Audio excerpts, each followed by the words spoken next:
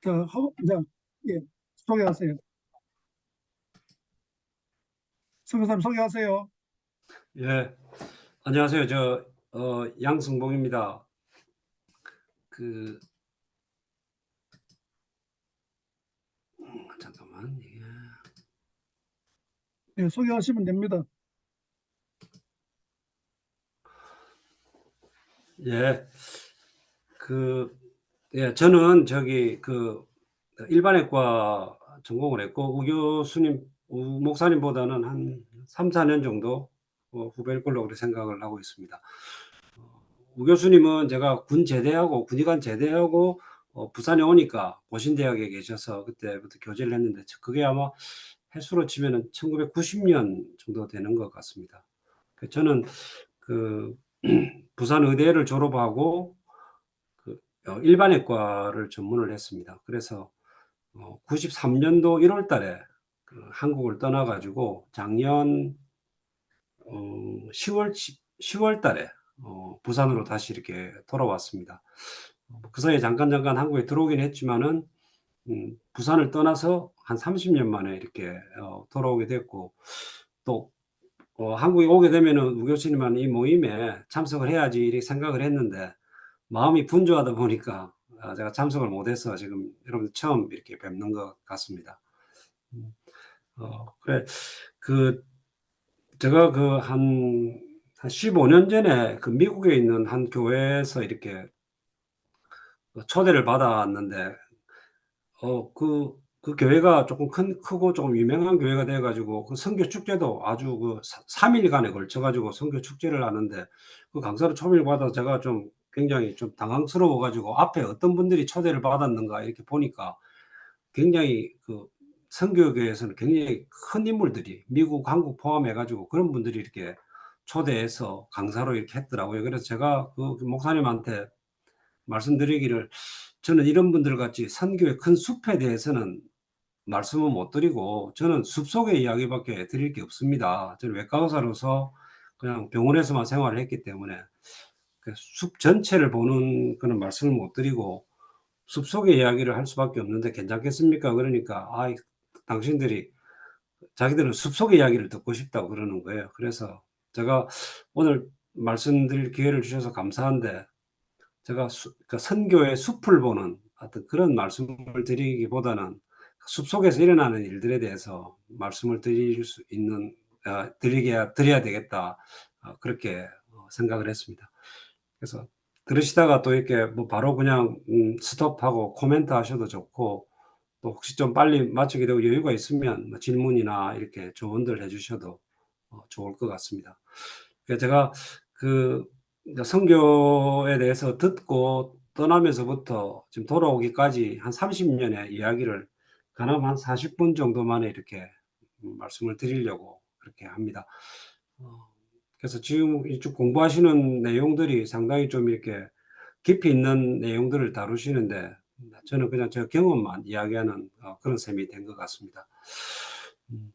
제가 93년도에 군의관 마치고 부산에 와서 종합병원에 3년 있다가 93년도에 한국을 떠나서 뉴질랜드에 이렇게 가게 되었습니다. 거기 있는 바이블 칼리지에서 2년 공부를 하고, 95년부터 2009년까지는 네팔에, 그리고 중간에 한국에 4년 나와 있다가 2013년도에 베트남에 들어가서 작년 10월 달에 나오게 됐습니다. 다음. 교수님 다음 넘겨주시면. 네. 그, 1980년도에 제가 그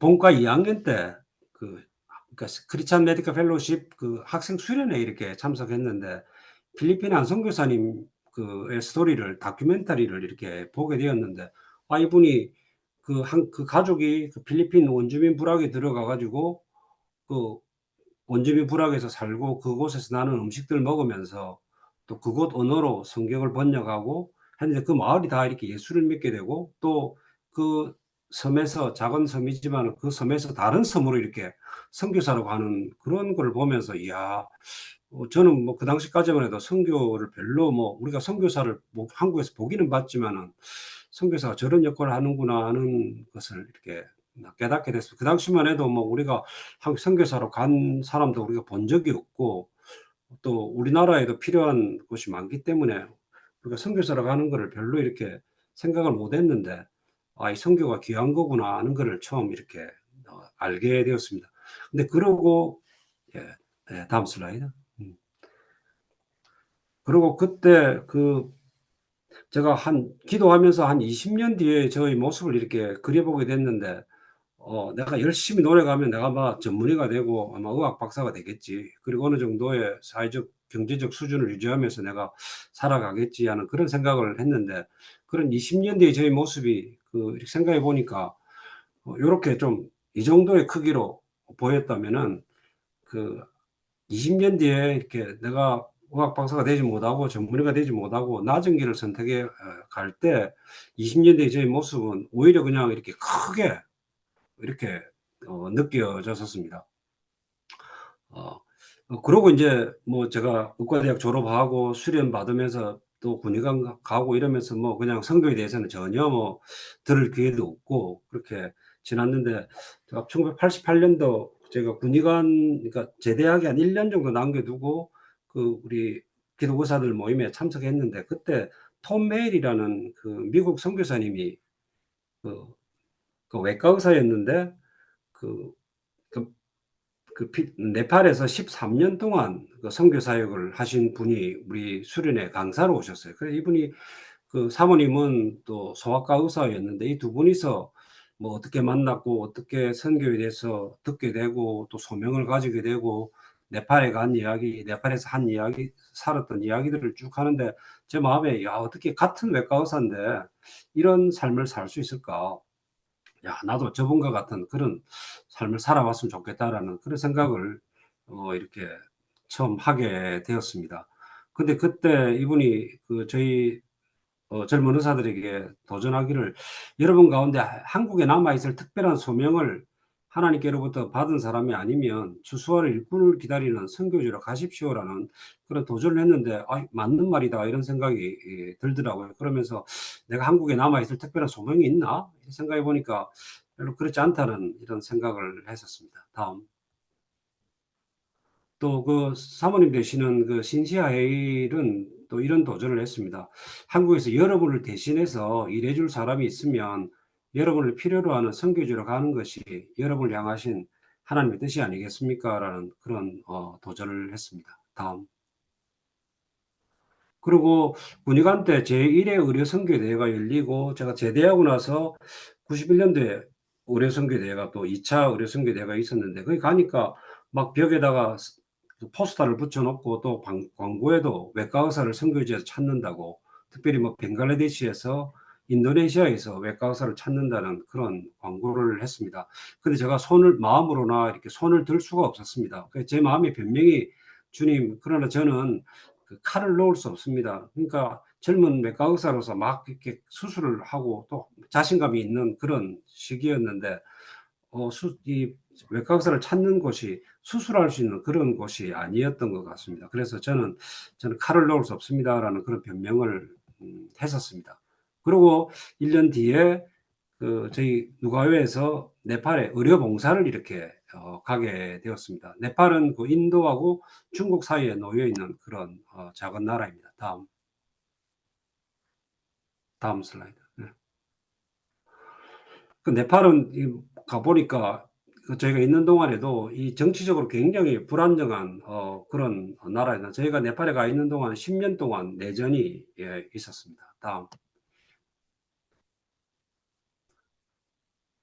그리고 저희 갔을 때 국민소득이 190불, 우리나라가 뭐 그 당시 뭐 한 만 불이 채 안 될 그럴 때긴 한데, 굉장히 가난했고, 작년만 해도 1,400불이니까, 우리나라의 한 20분의 1, 25분의 1 정도밖에 안 되는 그런 가난한 나라였습니다. 다음.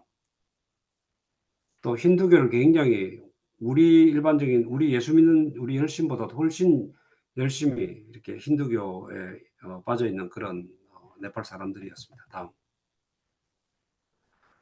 그래 네팔에 가서 보니까 이 사람들이 정말 진짜 가난하고 못 살고 또 질병으로 고통받는 또 그 가운데 또 하나님의 역사하심이, 그러니까 저희들 이렇게 선교 한 2주간 이렇게 다니는 가운데 제 마음에 참 복음이 최전선에서 하나님께서 이렇게 역사를 하시는구나라는 그런 거를 깨달을 수가 있었고, 또 그 환자들 보면서 아, 내가 여기 다시 한번 와야 되겠다라는, 그러니까 나라도 와야 되겠다라는 그런 생각이 들었었습니다. 다음. 그리고 이 시장에 이렇게, 다음 슬라이드, 다음. 네. 시장에 보니까 쌀도 있고 무도 있는 거 보고는 밥을 먹을 수 있겠고 무로 김치 담으면 되겠다라는 그런 생각을 하고 한국으로 돌아왔습니다. 다음. 그리고 제가 그 92년도에 이제 부산에 의료 선교 훈련원이 생겨가지고 제가 1기생으로 1년간 훈련을 받고, 또 저희 아파트에 김해에 살았댔는데 아파트에 그 같이 사는 그 저희 또래 식구들하고 같이 성경 공부를 했었고, 그 UBF 목자가 우리 같은 아파트 앉아 있었는데 그분이 사도행전 성경 공부를 쭉 인도를 했고, 또 저희 집이 병원 사택에 있었는데 집이 좀 넓고 그래서 그 방을 하나를 손님 방으로 내놓으면서 많은 분들이 이렇게 다녀 가게 되었습니다. 그래서 특별히 사도행전을 공부하면서 저희들이 선교에 대해서 가졌던 의문이나 또 하나님의 부르심에 대한 그런 확정들을 해 나갈 수 있었던 것 같습니다. 다음. 그 해에 이제 누가의 수련회가 있었는데 그때 저 아내도 같이 참석을 했었댔는데 뭐 우리가 선교사를 갑시다라는 그런 주제는 아니었지만은 우리가 수련회를 하루하루 지나면서 하나님께서 우리 가정을 선교지로 부르신다는 그런 마음의 확정을 가질 수가 있었고, 또 제가 가졌던 의문들에 대해서 수련회 기간 중에 하나님께서 다 이렇게 답을 주셨다는 그런 생각이 들었습니다. 그래서 천국의 그 앞에 슬라이드에 이 선교가 그 밭에 감추인 보화와 같다는 생각이 들었고, 이 나의 삶을 다 팔아서 하나님께 드려야 되겠다라는, 그 밭을 사야 되겠다는 그런 생각을 했었습니다. 그래서 수련회를 마치고 돌아오면서 선교 나갈 준비를 아내와 의논하면서, 그러니까 부여에서 그때 모임이 있었댔는데 의논하면서 부산으로 오게 되었고, 다음 또 제 아내 같은 경우는 그 92년을 지나면서 하나님께서 여러 가지로 베풀어 주신 은혜에 이렇게 감사하는 마음으로 하나님께서 베풀어 주신 이 은혜와 사랑을 하나님께 보답하고 싶습니다. 그런 감사한 마음이 많았고, 또 기도하게 되기를 나 자신의 인생에서 가장 젊고 힘이 있을 청년의 때를 하나님께 온전히 드리고 싶습니다라는 그런 기도를 드리게 되었습니다. 그래서 아내가 명언을 하나 남겼는데, 우리 삶을 하나의 생선으로 본다면은 이 생선의 중간 도막을 삶의 가장 그 왕성할 때를 하나님께 드리고 싶습니다라는 그런 고백을 하고 선교 나갈 준비들을 했었습니다. 다음. 또 제 마음에 저희가 선교에 대해서 이렇게 알게 되면서 제 마음에 우리가 서양 선교사들에게 사랑의 빚이 크다. 근데 이 빚을 우리가 지금은 갚아야 될 때가 됐는데 우리에게 도움을 준 서양이나 미국이나 호주나 이런 선교사들에게 우리가 그 나라에 우리가 사랑의 빚을 갚기는 좀 어렵고, 우리보다 가난한 나라에 사랑의 빚을 갚아야 되겠다라는 그런 마음이 또 있었고, 또 한 가지는 저희 가족이 그 아버지, 어머니 양가가 다 이북에서 이렇게 보따리 들고 피난 온 그런 가정인데, 저희 가족들이 또 하나님 다 예수 믿는 이런 가족들이 되고, 또 은혜로 또 한국 사회에 이렇게 기여할 수 있는, 또 한국 교회에 기여할 수 있는 그런 축복들을 저희 온 가족이 누렸던 것 같습니다. 그래서 우리 가족에게 베푸신 은혜를 우리가 갚아야 되지 않느냐라는 그 하나의 방안이 또 저희가 해외 선교사로 헌신하게 된 그런 계기가 되었던 것 같습니다. 다음. 그래서 또 저는 그 오랫동안 그냥 부산 보건병원에서 또 고신의대 교수로 외과 의사로서 그렇게 살아야 되겠다라는 그런 생각을 굉장히 강하게 이렇게 가지고 있었고, 또 그랬는데, 또 하나는 또 이제 그 선교사로 나가는 이 또 도전을 이렇게 받고 마지막까지 이 양다리를 걸치고 있었습니다. 그래서 의대 교수로 계속 있든지 아니면 선교사를 가든지 근데 맨 마지막에 하나님께 둘 다 선택할 수 있는 길을 이렇게 열어 주셨다고 생각이 되고, 기회를 주셨고, 또 선교사로 이렇게 선교사의 길을 이렇게 가게 되었던 것 같습니다. 다음. 92년 떠나기 전에, 그러니까 그때는 뭐 별 생각 안 하고 떠났지만, 지금 돌이켜 생각하면 제 아내 나이가 32살, 제가 35살, 큰아이는 초등학교 1학년 마치고 이렇게 떠났습니다. 저희가 선교 떠나면서 다른 거는 뭐 그냥 선교 가서 하다가 실패하든지 안 되면 다시 돌아오지 이래 생각했는데, 저희가 선교 나갈 때만 해도 저희 앞서 나간 분들이 별로 없었기 때문에 아이들이 어떻게 될지는 좀 잘 모르는 그런 영역 가운데 하나였습니다. 그래서 저희 부모님 같은 경우는 어떻게 그 아이들을 그렇게 사지를 끌고 가려고 하느냐. 그래서 저희 뭐 답은 뭐 그냥 하나님께서 돌봐주실 것입니다라고 대답을 하긴 했지만은 저희도 잘 모르는 그런 영역이었던 것 같습니다. 다음. 그래서 뉴질랜드 바이블 칼리지 가서는 이제 영어도 배우고 2년간 공부를 했습니다. 음, 뭐, 예, 많이는 공부를 못하고 2년간 그래서 선교를 익히는, 또 서양 문화로도 익히는. 그래서 제가 네팔에 가서 사역을 일할 때 주로 서양 식구들이 좀 이렇게 메인스트림이 된 그런 환경 속에서 일을 했기 때문에 서양 문화를 이해하는 것도 상당히 도움이 되었던 것 같습니다. 다음.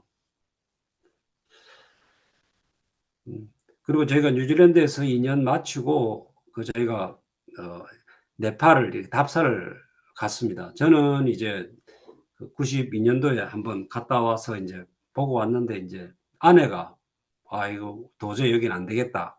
이러면은 저도 못 가는 그런 입장이었는데, 그래서 한국에 뉴질랜드에서 일 마치고 돌아오는 길에 그 사이에 인제 제가 인터서브라는 선교단체에 허입이 되고 또 네팔로 가는 걸로 해서 인제 수속을 하고 있는 그런 과정 중에 있었고, 또 인터서 본부에서 또 네팔 방문하는 거를 또 이렇게 어레인지를 쭉 해줘 가지고 네팔을 방문을 했습니다. 다음.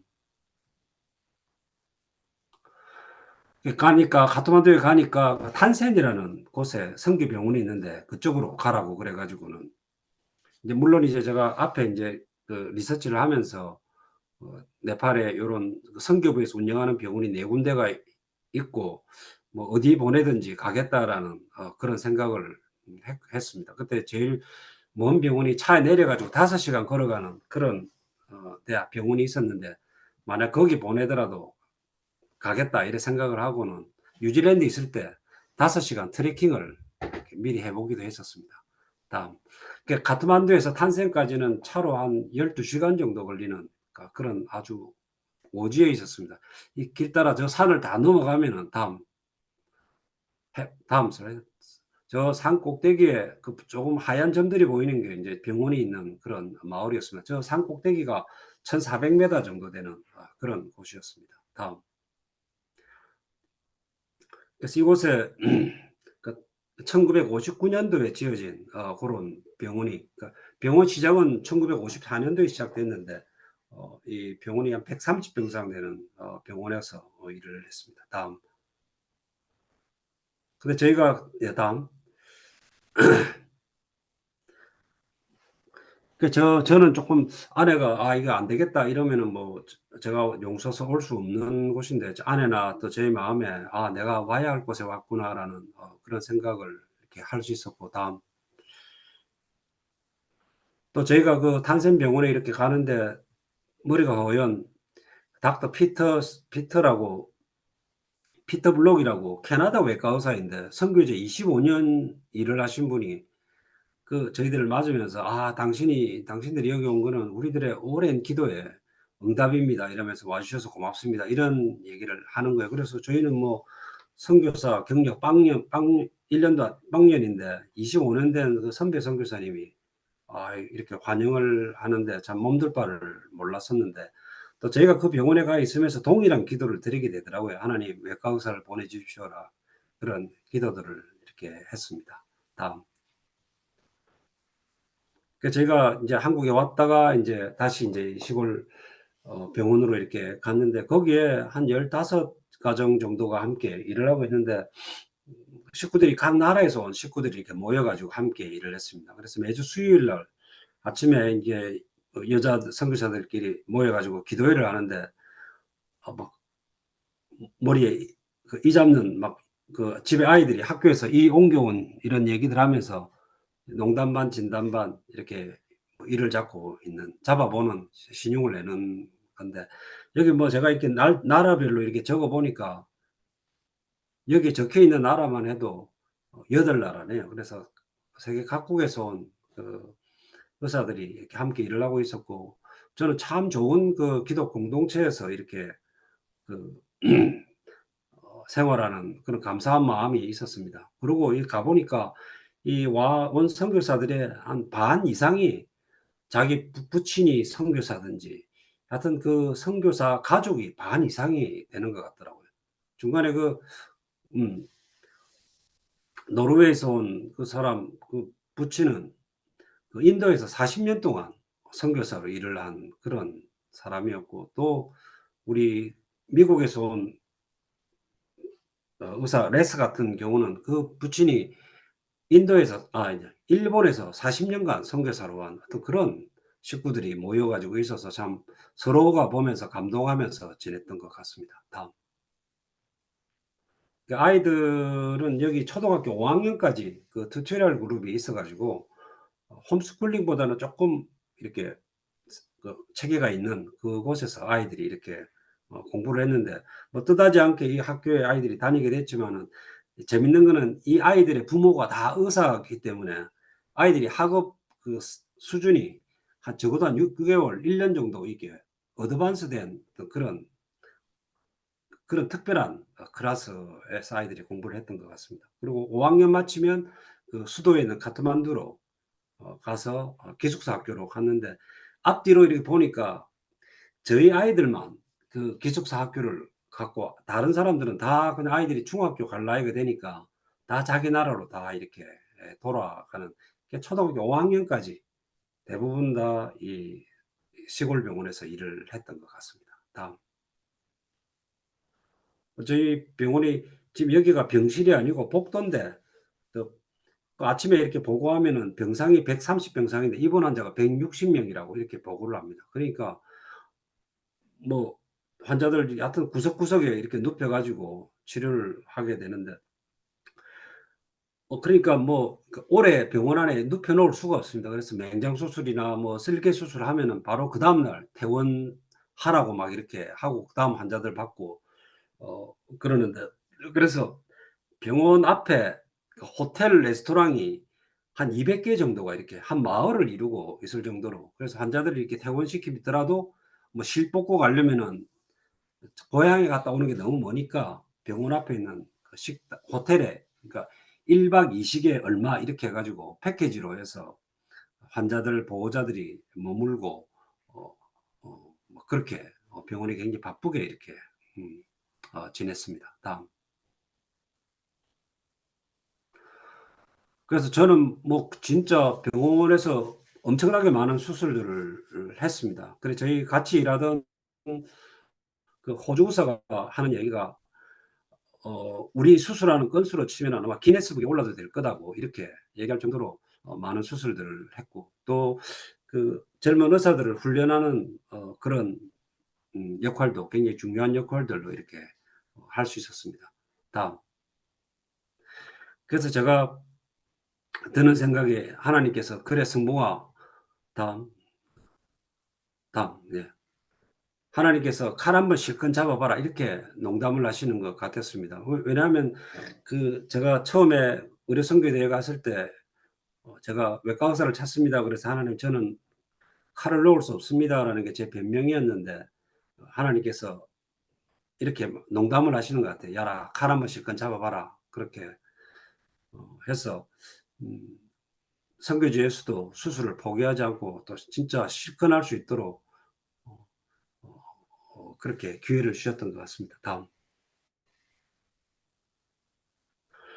그리고 아이들 큰아이가 다음 초등학교 5 학년 되면서 카트만두 수도에 있는 기숙사 학교에 보냈는데 그리고 2년 뒤에 둘째가 또 이렇게 갔는데 큰아이는 그런 대로 적응을 했는데 둘째는 적응을 잘 못하고 어려운 점이 계속 생기고 그러더라고요. 그래서 자의반 타의반 이렇게 해서 이 수도에 있는 그 바탄병원으로 이렇게 옮겨서 일을 하게 같은 성교부에서 시작한 병원인데 여기는 그 당시에 350병상, 지금은 450병상 그 대학병원이 이렇게 되어 있습니다.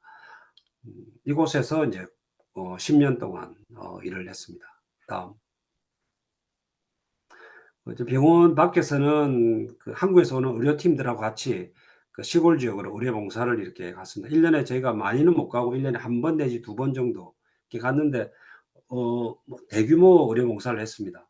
이 안에도 지금 의사가 한 20명 정도 되는데 보통 가면 한 2,000명에서 4,000명 정도 이렇게 진료를 했습니다. 그래 생각에 병원에 오는 사람도 있지만 실제로 이렇게 가보면은 병원에 오는 엄두를 못 내 가지고 있는 그런 사람들은 찾아가서 이렇게 치료를 해 줘야 되겠다라는 그런 생각을 했었습니다. 다음.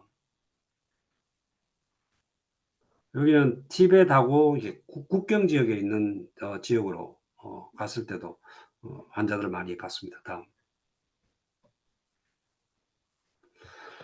그래서 제가 그 병원 밖에서는 네팔 의사들하고 이렇게 같이 성경 공부를 했었습니다. 다음. 다음. 그리고 2003년도에 그 네팔의 기독의사회가 앞에 거 보여주세요. 예.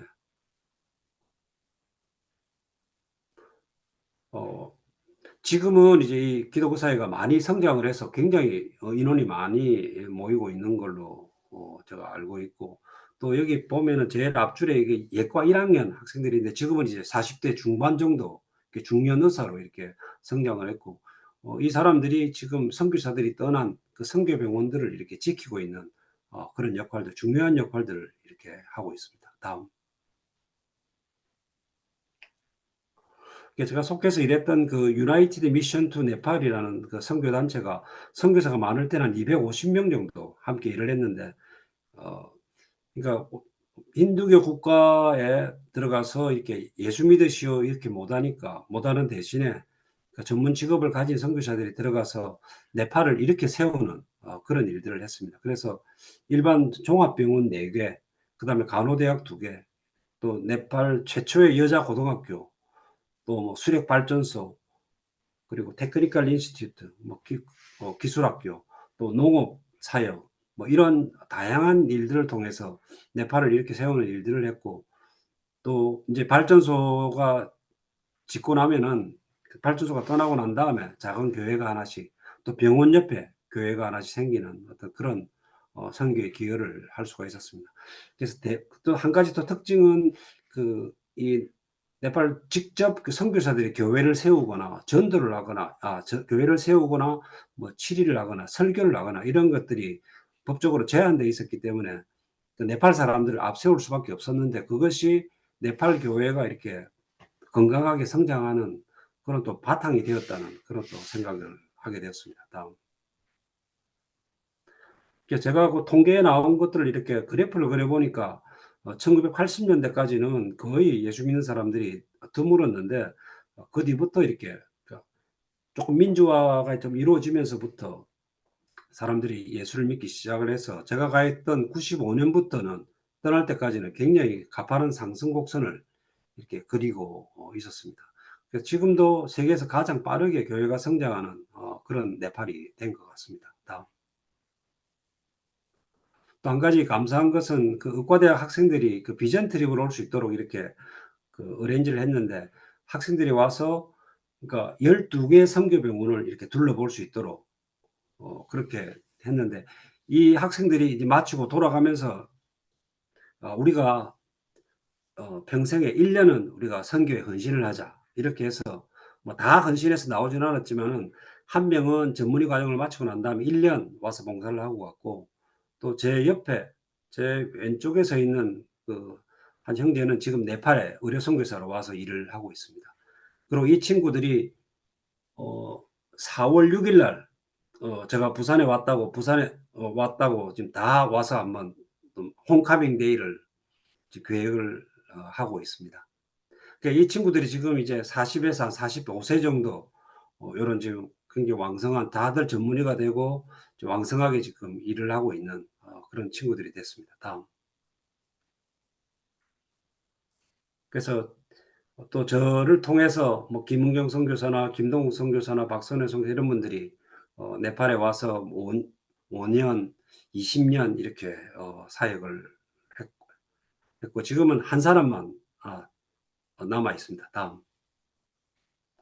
그리고 장재성 선생님은 이제 그때 학생이었는데 지금은 이제 제가 갔던 길을 그대로 이렇게 따라서 뉴질랜드 바이블 칼리지 가고 네팔의 탄센 병원 가고 지금은 이제 카트만두에 있는 나완자 병원에서 일을 하고 있습니다. 그래서 저희가 아이들 때문에 고민했던 그 고민들을 똑같이 하면서 네팔에서 지금 두 번째 텀으로 일을 하고 있습니다. 다음. 제가 출석하던 네팔 교회 식구들하고 같이 제가 있는 동안에는 계속해서 이렇게 성경 공부를 했습니다. 말씀 묵상도 나누기도 하고 성경 공부를 하기도 하고 했습니다. 다음.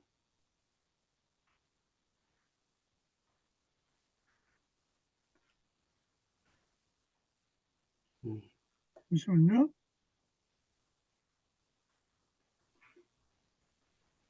두 번째가 요 같은데. 맞죠? 예, 예. 맞습니다. 예, 예. 그리고 제 아내 같은 경우는 카트만두에 있는 동안에 그러니까 요리 교실을 이렇게 했는데 미국 선교사 달린이라고 그전부터 요리 교실을 하고 있었는데 요리 교실 할 장소가 없어져 가지고 장소를 찾고 있어서 우리 집 부엌이 넓으니까 와서 하자 그래서 우리 집에서 요리 교실을 쭉 거의 한 10년 정도 이렇게 했었습니다. 30분 정도 이렇게 음식을 만들어서 먹고 다음 1시간 정도 이렇게 성경 공부하는 그런 시간을 이렇게 가졌습니다. 다음. 이 자매가 저희 집에 와서 그 가사일을 도와주는 자매인데 하루는 그러니까 이 자매가 같이 인제 요리 교실을 하기 위해서 음식을 좀 준비하고 또 자기가 참 아니지만은 요리 교실하고 성경 공부에 이렇게 참석을 했는데 이 어느 날 이 자매가 돈을 쪼끔 빌려 달라 해서 왜 그러니 자기 성경을 사고 싶다는 거예요. 그래 보니까 이 자매가 자기 혼자 교회를 다니고 있은 거예요. 우리가 "예수 믿으라." 그런 말은 안 했지만은 우리 집에 일하니까 요리 교실에 계속 참석을 했었댔는데 그래서 예수 믿는 사람이 됐고 제가 안식년 마치고 돌아가니까 자기 뭐 부모님 어머니 뭐 여자 형제 아들 이렇게 해 가지고 다 데리고 교회를 다니고 있는 그런 경험도 저희들이 했습니다. 다음. 그리고 제일 왼쪽 위에 있는 보면은 네팔 깃발하고 태극기를 이렇게 꽂고 있는 이 형제를 만나게 됐는데 앉아 있는 그 자매가 크리스티나라는 그런 자매인데 이 사람은 원래 이제 공산주의자였는데 요리 교실에 쭉 와서 그 그러니까 미국 선교사의 통역을 이렇게 좀 해 주는 그런 역할을 했는데 어느 날 자기 김치를 좀 이렇게 가르쳐 주면 좋겠다고 그렇게 하니까 저희 아내가 감이 "너 남자친구 생겼지?" 이랬는데 그 남자친구하고 이렇게 아마 결혼을 하게 됐던 모양이에요. 그래서 남편이 한국에 노동자로 다녀왔기 때문에 이 김치 담는 거를 좀 가르쳐 달라 그래 가지고 했는데 이 비살이라는 이 친구가 이야기가 인제 한국에 불법 체류자로 4 년간 일을 하는 사이에 인천에 있는 한 교회를 통해서 예수를 믿게 된 거예요. 근데 이 사람이 비살이 일본에 또 가서 한 6년 정도 있으면서 한국인 선교사가 하는 교회에 이 사람이 출석을 하면서 굉장히 감동을 많이 받아서 사람 마음에 자기도 네팔에 가서 내가 자기도 신학 공부를 해서 네팔에 그 당시 75개 군이 있는데 이 75개 군마다 자기가 교회를 하나씩 설립을 해야 되겠다. 이런 생각을 하고 좀 정리를 하러 네팔에 정리를 하고 한국으로 신학 공부를 하러 오려고 그랬는데 그 한 네팔에 돌아가 보니까 이 네팔에 이미 신학교가 서 있은 거예요. 그래서 한국에 안 오고 네팔에 신학교에 등록하면서 바로 교회를 이렇게 개척을 했어요. 그래서 다음. 그래서 가서 신학교 이렇게 졸업하고 또 이어서 또 부인도 신학교를 졸업하고 그래서 두 부부 목사가 저희가 떠날 때까지 교회 8개를 개척을 했고, 또 저희 떠나기 전에 자기가 수첩을 보여주는 거예요. 자기가 올 한 해 동안 세례를 베푼 사람이 52명이라고. 그러니까 지금은 최근 소식은 못 들었지만은 그 한 20개 정도의 교회가 개척되지 않았을까 그렇게 짐작을 하고 있습니다. 그래서 그 한국에 지금 외국인 노동자들 굉장히 많이 와 있고 또 이주민 사역하는 분들이 굉장히 많은데 이런 형제를 보면은 왜 이주민 사역을 해야 되는가? 왜 그런 좀 도전을 이렇게 받게 되는 것 같습니다. 그래서 한 근데 노동자 네 주제를 고음내가 아고 아니 너 고음이 뭔지 몰라? 그건 날편음이잖아. 고음해봐 최대한 아로 그때 그래서 저는 개인적으로 고음이 아니야. 이주민들을 위해서 애쓰는 것이 사실은 뭐 밑빠진 독에 물 붓기와 같은 그런 것이 느낌은 그렇겠지만 이들을 이렇게 해서 이들 가운데 또 한 명이라도 이렇게 건지면 우리 선교사들의 뭐 제가 볼 때는 한 10배 정도의 역할을 한다라는 그런 생각을 했고 저도 이제 한국에 돌아와서도 기회가 되는 대로 이주민 선교에 이렇게 동참을 하려고 애를 쓰고 있습니다. 다음. 저 2000년도에 그 KBS 한민족 리포트에 나와서 저 하는 일들을 좀 사람들이 많이 이렇게 이렇게 볼 수가 있었습니다. 다음. 2007년도에는 그 제가 명의는 아닌데 하여튼 해외에 있다고 해서 명의 프로그램에 이렇게 한번 또 방영이 되기도 했습니다. 그 뒤로 요 책이 이렇게 나와서 네팔에서 경험한 하나님께서 어떻게 일하시는가 하는 것을 이렇게 이 책도 사람들이 많이 읽고 또 영향력이 이렇게 방송도 컸지만 책의 영향이 굉장히 컸던 것 같습니다.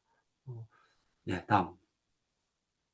그 다음에는 그 의료 선교의 길을 묻다라는 그 의료 선교사 4명의 그 이야기가 어떻게 선교를 어떻게 나가게 되는가 그 준비하는 그런 과정들에 도움이 되는 그런 책이 나오게 됐습니다. 다음.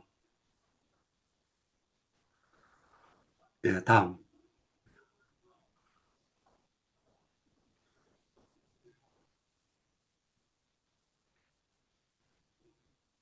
이거 말고 하나 더 남은 거 한번 예, 여기 보여주시죠. 있죠. 예, 네. 제가 9시까지 마치도록 그렇게 하겠습니다. 예, 저는 그 어릴 때 그 저희 집이 청취자 의료보험 조합의 조합원이었고 또 그 이 장기려 선생님이 그 일을 하신 보건병원에서 외과 훈련을 받으면서 이분 제가 한국 떠나기 전까지 이분 가까이서 이렇게 뭐 가까이서 훈련을 받고 도움을 받았는데 이분이 1968년도에 부산에서 그 청취자 의료보험조합을 이렇게 시작한 것을 제가 옆에서 이렇게 보았댔는데 2007년도에 이 장기려 의사는 이 책이 이분의 평전이 이렇게 나오는 거를 제가 성경 읽듯이 이렇게 읽으면서 네팔에도 이 의료보험을 시작을 하면 좋겠다라는 그런 생각을 했습니다. 제가 이제 네팔에 가보니까 사람들이 가난해 가지고 뭐 전부 자기 주머니에서 치료비를 내야 되니까 이게 감당이 안 되고 또 그래서 치료 시기를 늦추게 되고 그래서 이 의료보험 조합이 있으면 좋겠다라는 그런 생각했는데 장기려 선생님 이 책을 보고는 나라도 한번 해봐야 되겠다라는 그래서 그 장기려 선생님도 외과 의사고 나도 외과 의사인데 한번 해보자 이런 생각을 해서 다음 슬라이드. 2007년도에 그 네팔에서 의료보험을 한 지역을 대상으로 해서 하려고 이렇게 보니까 일이 적지 않은 거예요. 그래서 수위를 좀 낮춰가지고 네팔 건강보험연구소를 이렇게 시작을 했고 한국에서 보건학을 공부한 자원봉사자들을 이렇게 받아가지고 그 먼저 청취자 의료보험을 쭉 이렇게 자료들 찾아가지고 공부를 하면서 이제 한 지역을 대상으로 이렇게 하려고 했댔는데 그 고위과에서 우리들 하는 일을 보고는 내가 타당성 조사를 해주겠다. 그렇게 해서 처음에 한 3천만 원 정도 예산으로 한번 해보자고 그랬는데 저희가 이제 그 그 한 팀이라는 지역에서 그 의료보험 사업을 한다고 해서 네팔 그 보건부하고 네팔 재경부에 이렇게 장관에게 또 허락을 받아 가지고 그 사업을 이렇게 진행을 했댔는데 코이카에서 그 사업을 같이 하자고 그렇게 해서는 나중에 이제 그 저희가 정부에 허락받은 그거를 바탕으로 해 가지고 코이카 사업으로 100% 코이카 사업을 했는데 100만 불 예산으로 일을 했고 서울대 보건학과에서 이것을 수주해 가지고 보험 사업을 시작을 했습니다. 다음. 저희는 그 하여튼 그 건강보험 연구소를 하면서 첫 번째 컨퍼런스를 하고 다음 두 번째 컨퍼런스를 또 했습니다. 그래서 컨퍼런스 하면서 하여튼 의료보험에 관계되는 네팔 보건부, 뭐 WHO, ILO, 또 월드뱅크 뭐 이런 데서 의료보험과 관련되는 분들을 이렇게 다 초대해 가지고 세미나를 했었습니다. 이때 뭐 대사님도 참 초대하고 또 고위과 소장도 초대하고 하여튼 그렇게 했었습니다. 다음. 그러면서 이게 고위과 사업으로 되면서 인제 그 시범 사업을 처음에는 5군데, 그러니까 우리나라가 의료보험 시작하기 전에 시범 사업을 5군데에서 했는데 근데 한 군데당 한 1,000 가구씩 이렇게 그 설문조사 같은 거를 했었는데 그거와 똑같이 해서 5군데에서 1,000 가구씩 이렇게 실시를 했습니다. 그래서 한국에서 그 예방의학 전문의 한 사람하고 또 이렇게 해서 4사람의 직원이 한국에서 파송이 됐습니다. 다음. 타당성 조사를 5,000 가구를 타당성 조사를 하고 이 보고서와 또 의료보험 운영을 위한 매뉴얼을 이렇게 만들었습니다. 다음. 그리고는 1차 마치고 2차 사업이 또 예산이 좀 더 커져 가지고 450만 불로 했고 또 3차는 한국 국민건강보험이 코이카의 돈을 받아 가지고 이걸 2020년까지 일을 했습니다. 이것이 뭐 네팔 의료보험 보험 시스템을 코이카에서 다 한 게 아니고 그 네팔 보건부에서 하는 의료보험 공단이 만들어지고 그 일하는 것을 도와주는 그런 역할들을 코이카에서 했었습니다. 다음.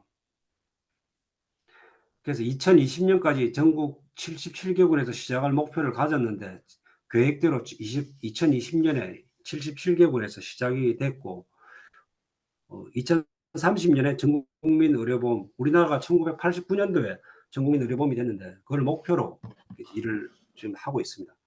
그래서 저희가 있던 그 탄센병원에 오는 외래 환자의 70%가 의료보험 환자들입니다. 그래서 전체 지금 가입률은 전국에 한 20% 정도밖에 안 되지만은 탄센 그 지역은 병원이 오래 있고 이래 가지고 그 보험 가입한 사람들 퍼센테이지가 한 70% 정도 되는데 문제는 탄센 병원이 고민이 많은 것이 이 의료보험 지정 병원을 취소해야 되는가 이런 생각을 고민을 하는데 왜냐하면 의료보험 환자들을 치료하고 보험공단에 청구를 하면은 돈을 줘야 되는데 보험공단에서 돈을 잘 안 주는 거예요.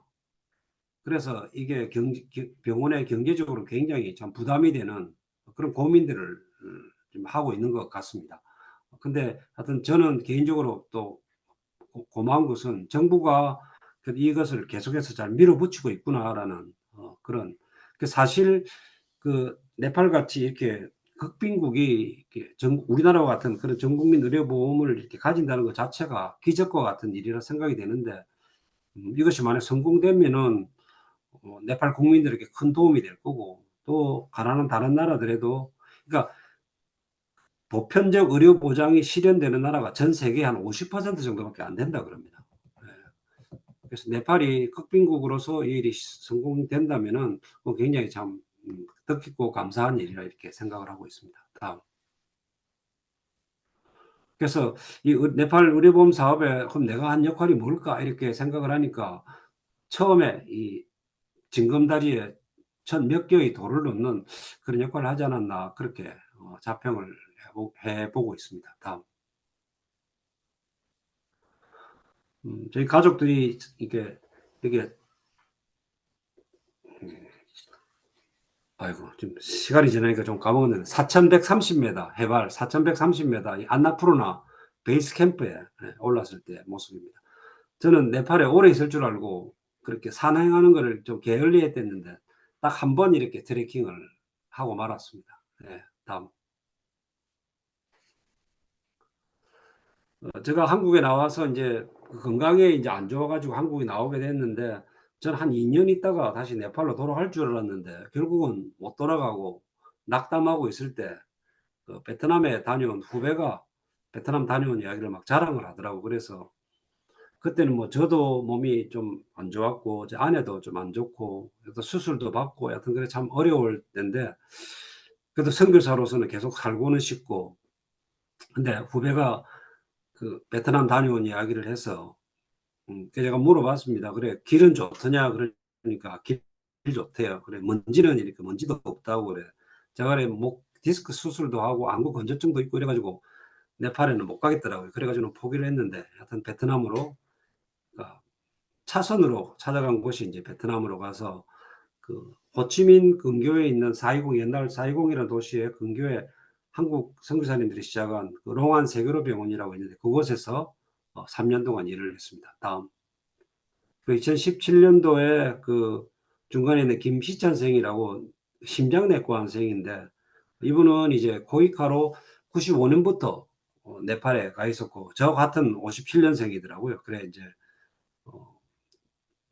기림이 어려우니까 와서 좀 도와달라 그래 가서 이제 합류해서 일을 했고, 또 그 뒤로 저희 후배 선교사가 2명이 들어와 지금은 제가 떠나기 전에 4명의 선교사가 같이 하노이에 있는 병원에서 그렇게 일을 했었고, 어, 어, 굉장히 좋은 동료들하고 함께 일한 것이 굉장히 참 기뻤는데, 작년 말에 저희들이 또 이렇게 한국으로 나오게 됐습니다. 제가 나오면서 또 사람들을 찾았는데, 그래서 그 포항 설림병원에서 일하던 후배 내과 의사 2사람이 5월 달에 지금 제가 한 사람 빠졌는데 2사람이 이제 보충이 돼서 들어가게 이렇게 됐습니다.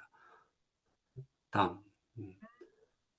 그 우리 원장님이 그 내비게이터 출신인데 여튼 때를 얻든지 못 얻든지 이 복음을 전하려는 그런 노력들을 하고 있습니다. 어, 어, 제가 그 네팔에 보니까 기독교가 1910년도에 이렇게 전해졌는데 그 한 110년 동안에 그 크리스찬 의료인들이 한 번도 이렇게 모임을 가지거나 뭐 공동체를 형성하거나 그런 적이 없더라고요. 그래서 뭐 모이면 좋겠다. 그래서 사람들을 찾아가지고 2017년 10월 달에 첫 기도고사의 첫 모임을 이렇게 시작을 했습니다. 다음. 그러고는 저희들이 수련회를 이렇게 하면서 처음부터 조금 거창하긴 하지만 세계기도교사회 회장하는 닥터 비너드를 강사로 초대하고, 또 동남아 지역 대표로 하고 있는 닥터 고라고 싱가포르 의사를 강사로 초빙해서 1박 2일 수련회를 가졌고, 그 뒤 해마다 수련회를 이렇게 하고 있습니다. 다음. 그래서 제가 생각에 우리가 직접 뭐 베트남 사람들에게 전도하는 것이 쉬운 일이 아니고, 그보다는 베트남 사람 의료인들이 베트남을 섬길 수 있도록 우리가 뒤에서 서포트하는 역할을 해야 되겠다. 이런 어, 기본적인 틀을 가지고 접근을 했던 것 같습니다. 또 학생들 모임을 할 수 있도록 저희들이 또 돕고, 또 이 학생들이 또 여러 어, 모임을 하도록 돕고, 또 이제 이 그 네팔 기독교사회가 의료 캠프를 이렇게 지금까지 저 나오기 전에 한 6번 정도 이렇게 다녔습니다. 다음. 또 하나는 이 네팔 기독교사회가 호스피스 사역을 하면 좋겠다 이런 생각을 해서 처음에는 병원을 지으려고 막 돈도 모으고 이렇게 땅도 사고 이랬는데, 이게 뭐 사기는 아니지만은 하여튼 없던 일로 이렇게 돌려지면서 상처도 많이 있고, 그래서 이렇게 바꾼 게 그 제가 호스피스 방문하는 그런 걸로 했습니다. 그래서 그 준비 과정으로 용인에 있는 샘물 호스피스에 일주일 동안 베트남에서 이렇게 의사 3사람이 와가지고 일주일간 연수를 했었고, 그 다음에는 그러니까 온라인으로 3개월 훈련을 받고 한국에서 한 달간 연수를 하도록 이렇게 하고, 지금은 돌아와서 지금 호스피스가 이렇게 되고 있고, 지금은 이제 가정 방문이 이제 1,000회가 훨씬 넘는 그런 일을 지금 계속해서 하고 있습니다. 다음. 예. 또 IBF가 베트남에서 상당히 큰 단체가 됐는데 여기에 속해 있는 의료인들이 수련회를 이렇게 모이는데 120명이나 모인 거예요, 이곳에. 그래서 이런 모임이 한 번도 없었댔는데 120명 모여서 또 저에게 또 강의 부탁을 해서 가서 기독 의료인으로서 내가 살아온 삶과 또 한국 누가회가 어떻게 이게 탄생을 했고 발전을 했고 어떤 역할을 한국 사회에서 하고 있는가를 이렇게 소개하는 그런 시간을 가졌습니다. 다음. 또 이 베트남 기독의사회가 국제 기독의사회와 연결을 이렇게 시키려고 이런저런 노력들을 했었습니다. 다음. 그래서 인도에서 열린 세계 기독의사회 모임에도 제가 베트남에서 3명 참석하고 또 아프리카 탄자니아에서 2023년도에 있었는데 2사람을 이렇게 파송하기로 했었고 2026년도에 이제 우리나라 제주도에서 세계 기독의사회 총회가 열리는데 이때 저는 이제 베트남에서 한 20명 정도 초대를 해야 되겠다 이런 생각은 하고 있습니다. 다음. 네, 시간이 많이 가서 그 아내가 이제 참석한 건데 여기 스포트라이트라고 영어 회화 클럽을 통해서 젊은이들에게 복음을 전하는 그런 제 아내가 참여했고 다음. 예. 그 다음에는 그 한국어 회화 클럽에 또 제 아내가 또 참석을 했었습니다. 다음. 그리고 아내가 특수교육을 전공했는데 그 영국에서 온 선교사와 함께 그 텍타일 북을 그러니까 시각장애인들이 그 손으로서 그러니까 점자도 위에 있지만 그 스토리를 이렇게 이런 책을 만드는 그런 그 프로젝트에 그러니까 100권 만드는 프로젝트에 쭉 참여하다가 한국으로 나오게 됐습니다. 다음. 네, 다음. 네, 다음. 네. 네, 다음. 다음. 네, 제가 9시에 마치기로 했는데 2분이 지나서 예, 다음 넘어가 주시기 바랍니다. 예, 다음. 예, 저희가 한국 떠날 때 그 아이들 초등학교 1학년 마치고 떠났는데 또 네팔에서 셋째를 또 선물로 저희가 받았습니다. 그래서 지금 아이들이 지금 다 건강하게 또 직장 생활들을 하고 있습니다. 다음. 한국에 작년 한 8월 정도부터 한국에 나오게 그때도 좀 건강에 문제가 있어서 나오게 됐는데 부산 외국어대학에서 그 보아스 클리닉을 이렇게 만드는데 와주면 좋겠다 그래가지고 작년 11월부터 보아스 클리닉에서 일을 하게 됐습니다. 다음. 네. 한국에서는 이 외국어 대학이 설립자가 장로님이시고 또 한동대학의 총장을 하셨던 장순훈 총장님이 이곳에 총장님으로 오셔가지고 학생들에게 복음을 전하고 또 학생들을 어떤 최선을 다해서 섬기려는 그런 노력들을 하고 있고 또 기독 신효회 교수님들도 굉장히 열심히 일에 동참하고 있어서 저도 감동을 많이 받았습니다. 그래서 학교에서 학교 설립자 또 총장님 또 기독 교수들이 하는 일에 열심히 동참을 해야 되겠다고 그렇게 생각을 하고 지금 지내고 있습니다. 음. 네. 그래서 혹시 기회가 되면 또 김해 지역의 외국인 노동자들 돕는 일을 하면 좋겠다 생각을 하고 김해 지역 그 이주민 사역자 모임에 지금 참석을 하고 있습니다. 네, 감사합니다.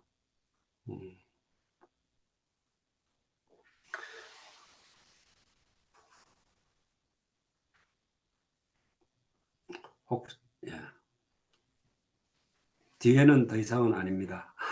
아, 요거 한번 조금 더 넘겨주시면은 제가 한 가지 좀 발견한 게 있어가지고 다음 넘어가시면은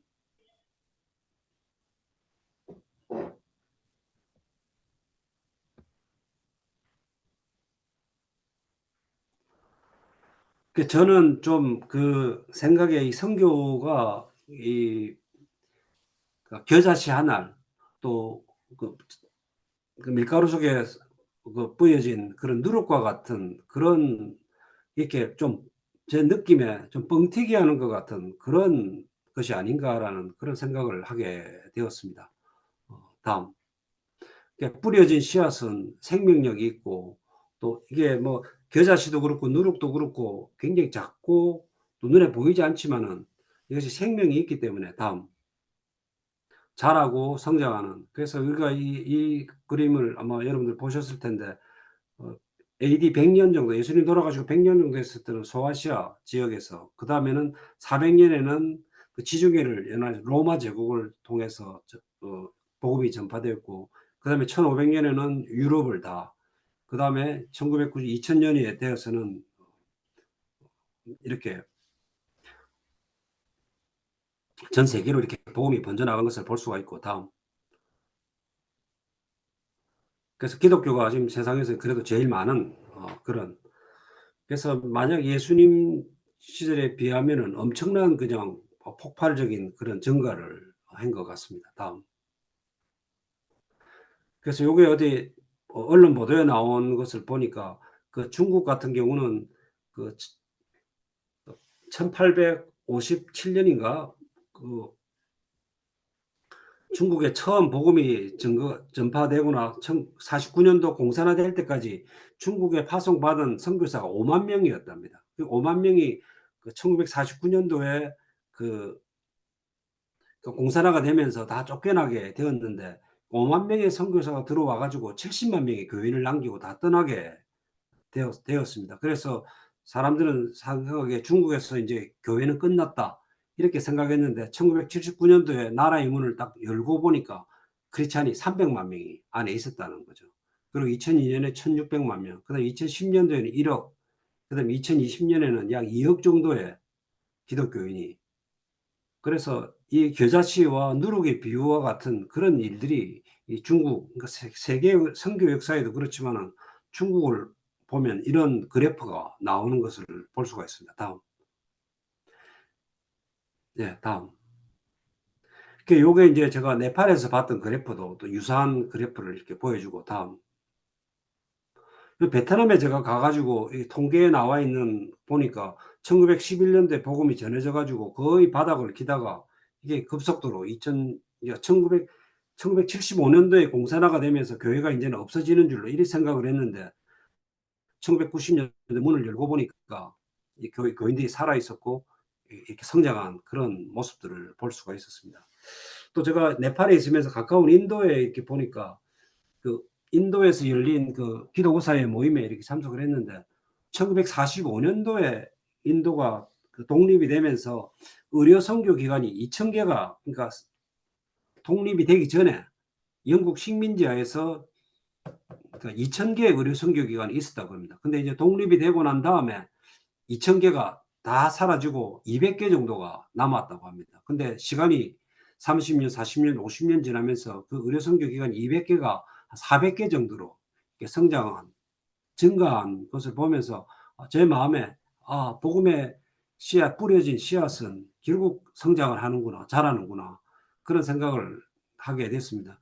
그래서 저는 생각에 식민지 시대에 뿌려졌던 복음이지만 그 복음 자체가 생명력이 있기 때문에 선교 현장에서 이렇게 성장을 하고 자라는구나 하는 그런 것을 저는 또 생각했고, 또 중국과 또 베트남, 네팔, 또 인도네시아도 보면은 비슷한 이런 그 성장 곡선을 그리는 것을 이렇게 보고, 저 개인적으로는 정말 좀 뻥튀기 한다 이런 생각이, 당장 처음에는 뭐 10년, 20년, 30년 이래는 안 나타나지만은 그 세월이 지나면서 그 복음이 성장하는 것을 이렇게 저는 개인적으로는 좀 이렇게 강하게 느끼고 있습니다. 네, 이상입니다. 감사합니다.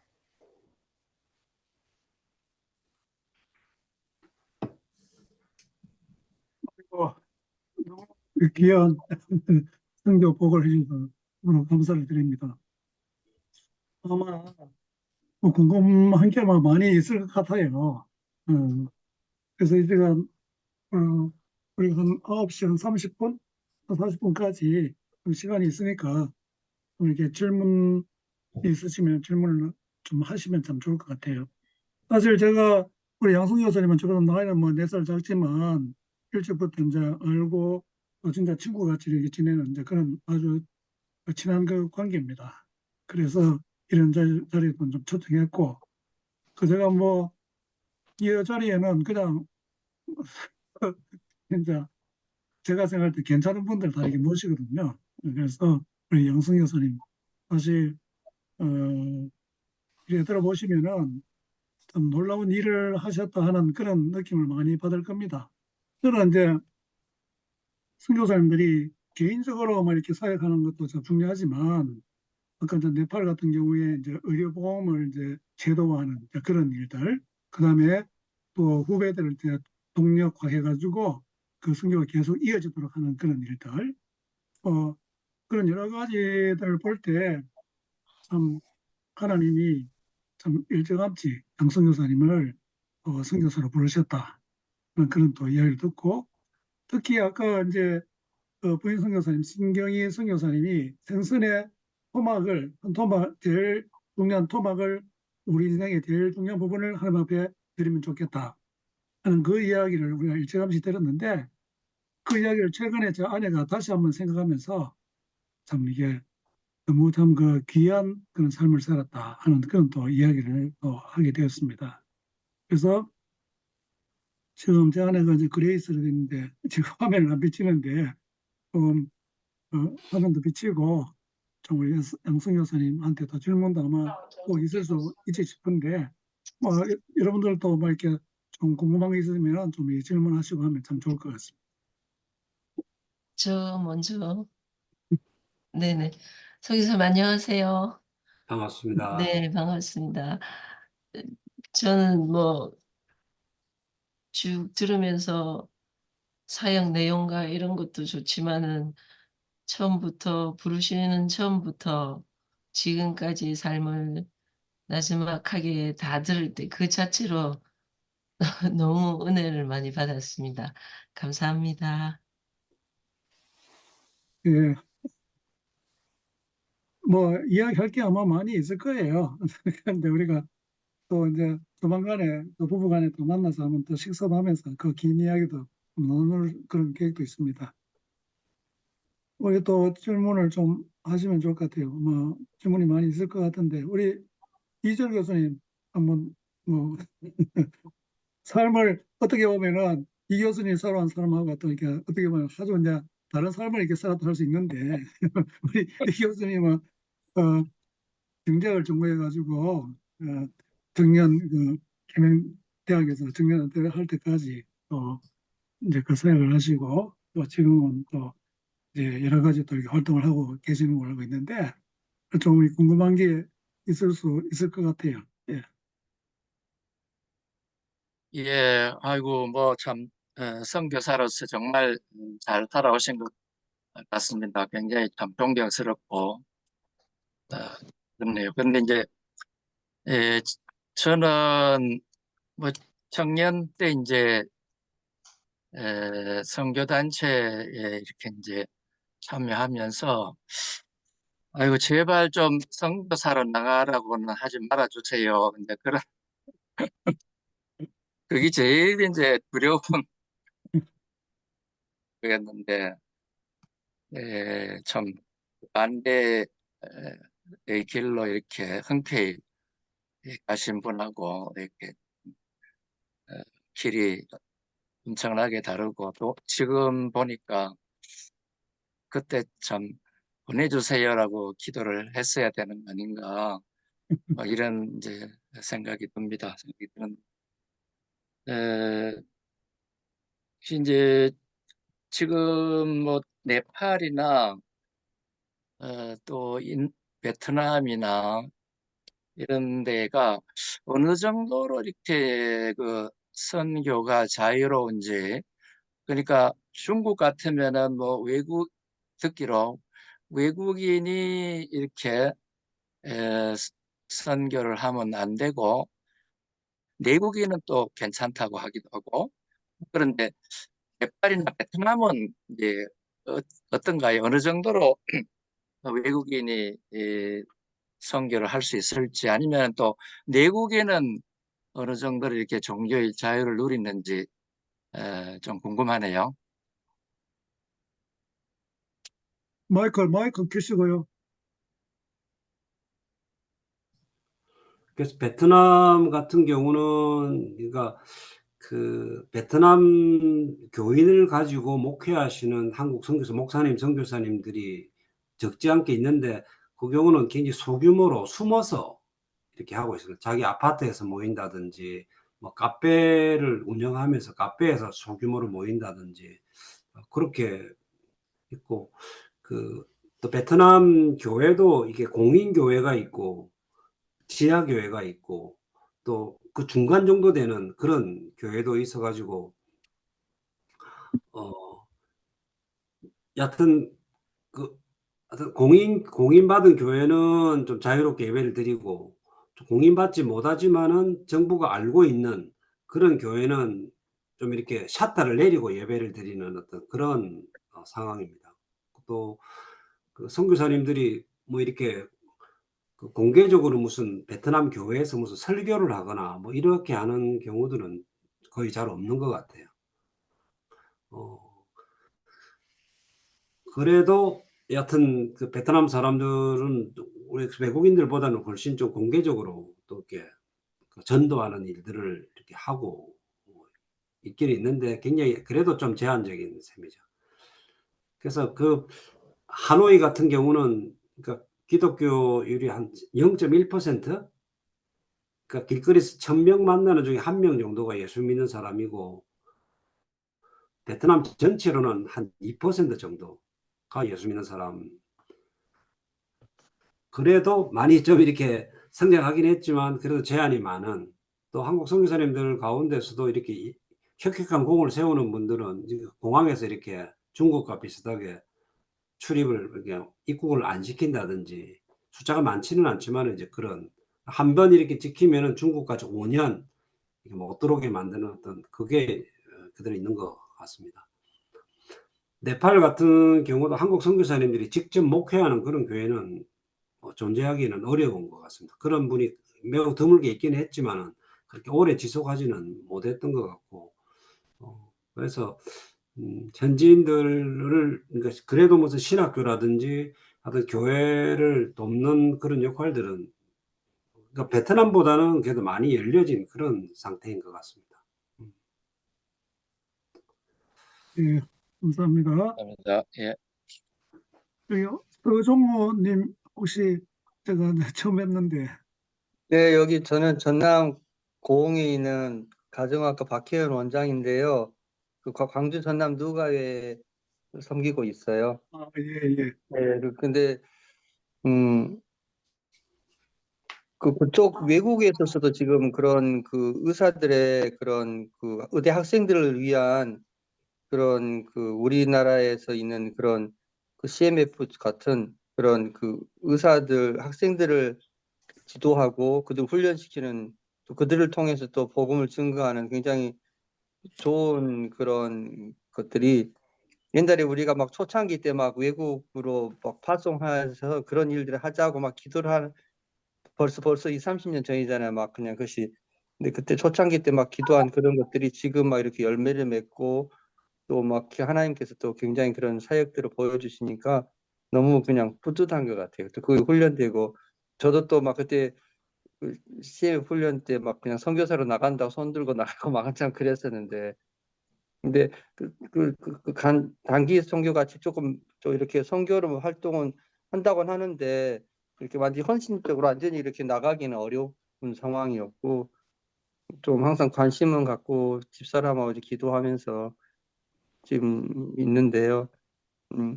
참 참 훌륭한 일을 하셨고 또 하나님께서 그렇게 쓰셨고 또 우리가 지금 해야 될 일들이 과연 뭘까?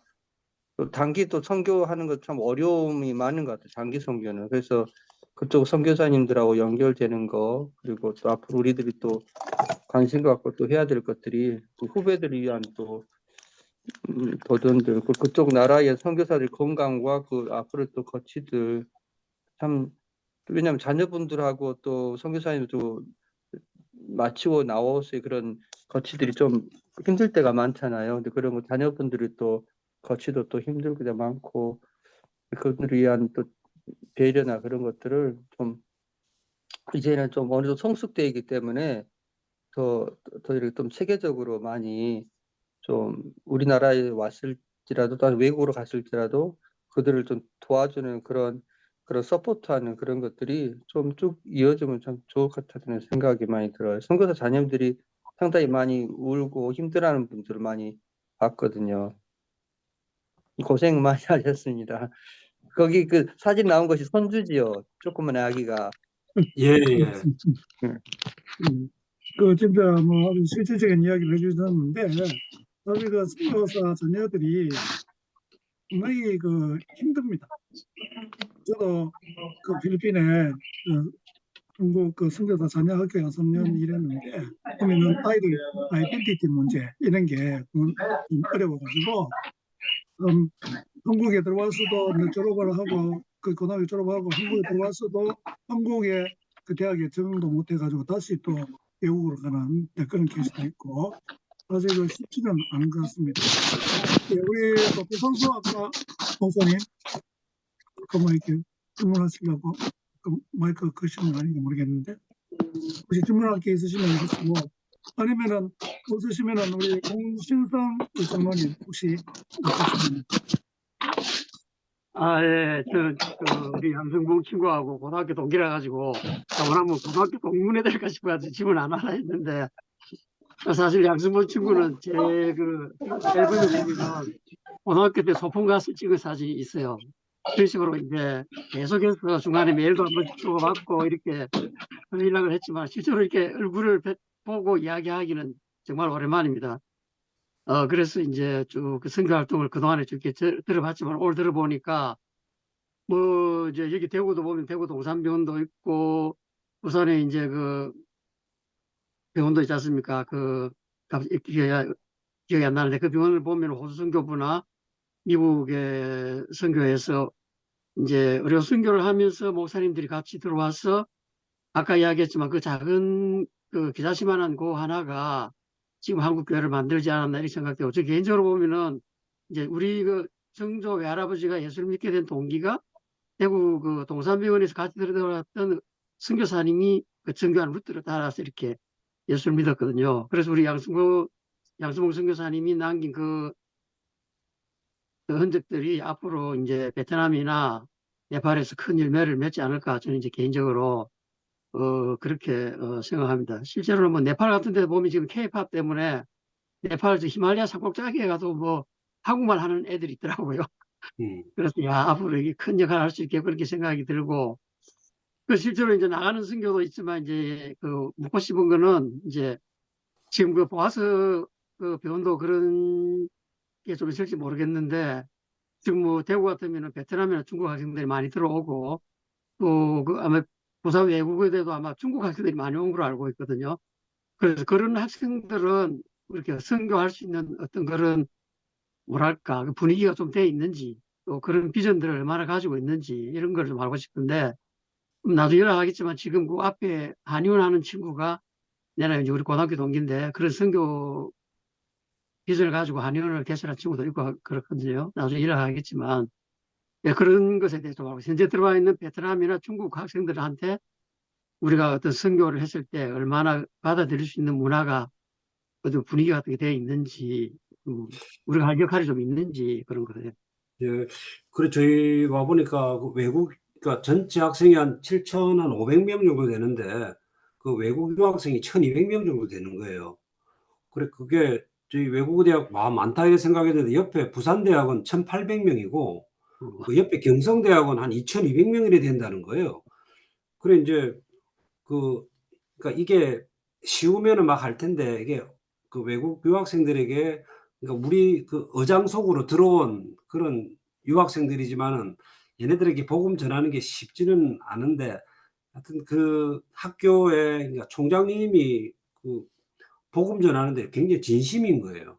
그리고 그 옆에 있는 기독교 신우회 그 교수님들도 어떻게 복음을 전할 것인가 이렇게 노력들을 많이 하는데 그중에 하나가 그 그러니까 지난주에 한번 했는데, 그러니까 이름을 그러니까 캠퍼스 친구 만들기 이렇게 해서, 그러니까 기독 동아리 학생들하고 그 외국 유학생들하고 같이 해가지고 파티를 이렇게 했었거든요. 근데 피자 파티를 해서 친구들 만나기로 해서 학생들끼리 이렇게 서로 뭐 전화번호 따고 막 이렇게 해서 그 친구 만드는 것이 굉장히 중요한 일이다. 베트남에 있으면서도 그 우리가 떠나기 전에 젊은 자매 둘을 만났는데, 한국에서 한 명은 2년 유학을 하고 한 명은 6개월을 갔다가 왔는데, 안타깝게 얘네들이 한국말을 배우러, 물론 전공은 다르긴 했지만 한국 친구를 한 명도 못 만들었다는 거예요.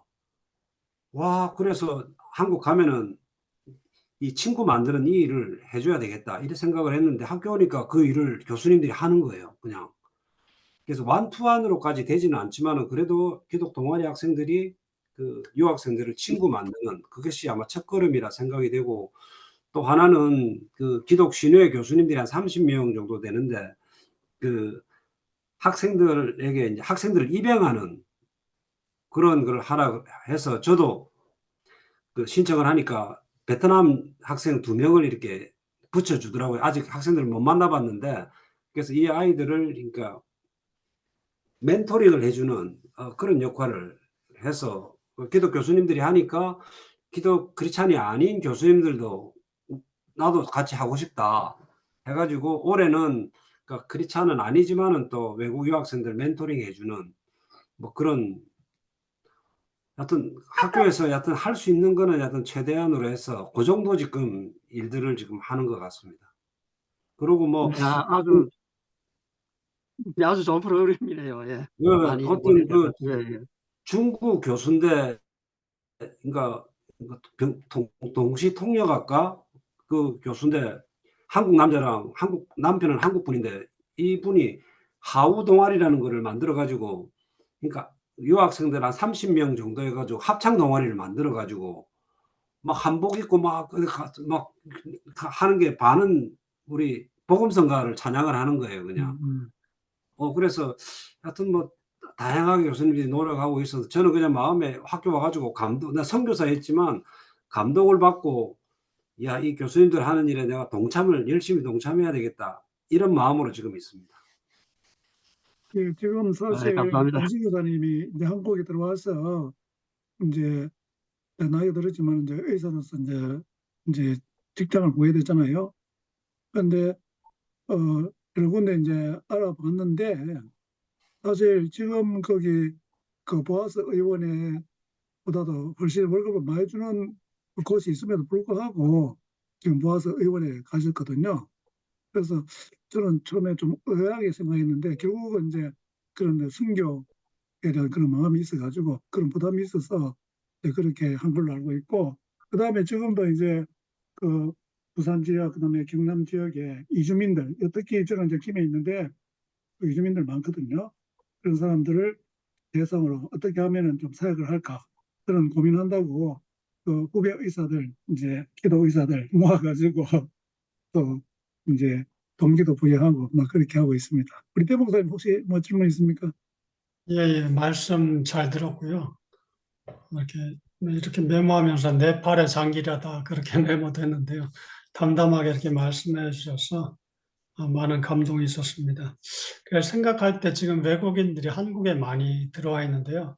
선교 현장에 계시니까 이주민 선교하고 외국 선교 이렇게 했을 때 전략적으로 어떻게 하는 게 나은지 그런 게 좀 궁금합니다. 네, 저는 그 한국 돌아오면은 이주민들 그 선교에 좀 동참해야 되겠다 그런 생각을 했었거든요. 그래서 기본적으로는 우리 축구 경기하면은 홈 경기, 어웨이 경기보다는 홈 경기에 골이 많이 들어가잖아요. 기대감도 높고, 마찬가지로 선교도 나가서 선교하기보다는 국내에 들어와 있는 외국인들 선교하는 게 훨씬 그 성공률이 높다고 이렇게 되는데, 과거보다는 훨씬 그 이주민들 선교하는 게 그러니까 옛날에는 그냥 조금 이렇게 했는데 지금은 그 왜 이주민들을 위한 선교하는 것이 메인스트림이 된 것 같습니다. 그러니까 제가 선교단체 그러니까 인터서브라는 선교단체에 속해 있는데, 제가 뉴질랜드에 이렇게 가보니까 뉴질랜드 인터스부가 있는데 거기에 선교사가 한 30명 정도 되는데 해외에 나가 있는 선교사가 5가정이고 뉴질랜드 내에서 이주민 사역 하는 사람이 25가정인 거예요. 그래서 제가 그걸 보고 와서는 우리 한국 인터스부 대표한테 이렇더라 그렇게 얘기를 하니까 우리 대표도 하는 얘기가 자기 생각에도 우리 선교사의 반은 한국에서 이주민들 선교를 하면 좋겠다는 거예요. 제가 생각했던 거 봤던 것보다는 훨씬 그 이주민 선교에 대한 중요성이 지금 많이 부각이 되고 실질적으로 좀 필요하고 그런 시대가 됐다는 그런 생각이 들었습니다. 그래서 제가 김해 30년을 떠날 때는 뭐 그런 사역자들이 없었는데 이번에 와 보니까 김해 지역에 이주민 사역하는 사역자들이 한 40명 정도가 협의체를 형성해 가지고 활동을 이렇게 하고 있는 것 같아요. 그래서 저도 개인적으로도 이 이주민 선교하는 것이 뭐 무슬림 국가에서 뭐 몇십 년 사역하고도 한 명 개신자 얻기가 어렵다는 게 일반적인 얘기인데 여기서는 그래도 이주민들은 여기 일단은 한국 들어오니까 무슬림 사회나 이런 데서 받는 통제라든지 이런 것을 벗어나니까 마음이 좀 자유롭고 또 하여튼 복음에 대해서 문을 열 수 있는 그런 가능성이 많고 또 여기서 복음 전한다고 뭐 잡혀가는 것도 아니니까 이주민들을 위한 그런 하여튼 노력들을 당연히 많이 해야 된다 이런 생각이 들었고 또 이 사람들 와 있는 게 아무래도 약한 마음으로 있고 또 열린 마음으로 와 있으니까 이들을 정말 사랑해주고 또 말씀으로 복음으로 전하는 이것은 굉장히 참 우리 한국이 주어진 크나큰 기회다 또 그렇게 생각들을 합니다. 그러니까 저도 이번에 그 이주민 김해 지역에 가보니까 그러니까 뭐 당장 저에게 뭐 그게 4월 달에 애 낳는데 애를 낳아야 되는 사람이 산모가 있는데 의료보험이 없다. 뭐 불법 체류자니까 그 어떻게 좀 근데 그 사람 도와주려고 이렇게 상황을 이렇게 보니까 그러니까 약간 불법 체류자가 김해 지역만 해도 한 5,000명 정도 적게 잡아도 한 5,000명 정도 되는 것 같더라고요. 그래서 근데 이제 그런 사람들을 위한 의료 공제가 제가 이제 네팔에서도 의료보험 사업을 했지만은 의료 공제가 그 희년 의료 공제라는 게 벌써 한 30년 전부터 우리나라에 일을 하고 있는데 김해 지역에도 다 이렇게 전국적으로 이렇게 망을 형성하고 있더라고요. 근데 김해 하려면 협력 병원이 있어야 되는데 보니까 김해 지역에 딱 한 군데밖에 협력 병원이 없는 거예요. 그래서 김해에 또 와보니까 김해 기독의사회가 한 30-40명 정도 식구가 되는 거예요. 그래서 나를 좀 강사로 좀 초대해달라 후배한테 그렇게 해서 가서 학생들이 아까 말씀 나눈 거 그런 선교 보고도 하면서 이주민 선교에 대해서 강조를 해서 지금 지금까지 제가 최근에 들은 게 6 그러니까 클리닉 병원 하나하고 이렇게 해서 6군데에서 지금 협력 병원으로 한다고 해서 지금 희년 의료 선교회하고 이렇게 연결을 하고 하여튼 그 불법 체류자들이 의료 공제를 통해서 의료보험 혜택을 받을 수 있도록 뭐 그런 노력을 지금 하나 발견해서 지금 진행을 하고 있습니다. 예, 말씀 잘 들었습니다. 또 귀한 또 사역을 이렇게 또 준비하시고 이제 일을 이제 곧 해 갈 것 같아요. 제가 양승 교사님을 가까이 보면서 느낀 게 아주 실천력이 뛰어나다. 이런 게 이제 많이 느끼는데 초창기 때 만나가지고 매일 성경제 큐티 할 때 보면 제일 그 말씀을 실천을 잘 하려고 하는 이제 그런 모습을 제가 가까이서 이제 보고 했습니다. 그리고 결국 이제 선교사를 나가고 이런 삶을 살고 있는 것 같아요. 그리고 권 목사님 혹시 뭐 질문 없습니까? 아닙니다. 오늘 선교 보고 너무 은혜롭게 잘 들었습니다. 그리고 처음 먹었던 그 마음을 이렇게 인생 끝까지 가기가 쉽지가 않는데 그래도 늘 말씀 가까이 하시고 묵상하시고 또 사모님하고 한 마음으로 여기까지 오신 거 정말 하나님과 동행한 삶이 아니면 그렇지 못할 것 같다라는 느낌을 받았고요. 그리고 조금 전에 우리나라에 온 이주 노동자 중에 불법 체류하는 분들에 대한 그런 의료 혜택이나 또는 법률적 서비스 이런 것이 좀 법 테두리 안에 있으면서도 그들을 도울 수 있는 그런 게 있어야 뭐 한국이나 또 기독교에 대한 좋은 이미지가 남지 않을까라는 그런 생각을 좀 가지게 됩니다. 어쨌든 오늘 좋은 도전되는 시간이었습니다. 감사합니다. 예, 감사합니다. 우리 강명식 목사님 혹시 뭐 이야기하실 게 있으면은 따로 없으시면은 예, 오늘 뭐 이 정도 뭐 이야기를 뭐 하면 될 것 같아요. 또 주위에 우리 양성 교사님을 이게 초청해서 직접 또 이런 이야기를 또 듣고 하면은 훨씬 더 좋겠다는 이런 좀 생각이 듭니다. 사실 이제 그런 것을 많이 이제 홍보해가지고 알리고 하는 것도 아주 중요하다고 보거든요. 그래서 그런 일들에 좀 우리 양성 교사님이 좀 좋은 이게 자산이니까 그걸 활용할 수 있도록 좀 주위에도 많이 소개해 주시고 이러면 참 좋을 것 같습니다. 그러면은 오늘 그 공신성 장로님이 또 뭐 친구라 했죠. 아, 예. 그래서 예, 마침기도 해주시면 좋겠습니다. 아, 네, 그럴까요? 네, 네, 기도하겠습니다. 여호와님 참 감사합니다. 하나님께서 저희들을 사랑해 주셔서 예수 그리스도를 알게 해 주시고 또 그중에서 특별히 또 우리 양승보 선교사님을 택하여 주셔서 네팔과 베트남에서 하나님 선교의 귀한 사역을 잘 감당하고 이렇게 또 한국에 다시 돌아오게 하심을 감사합니다. 하나님 우리가 그 선교의 보고를 들으면서 저희 마음속에 또 새로운 도전을 주심을 감사합니다.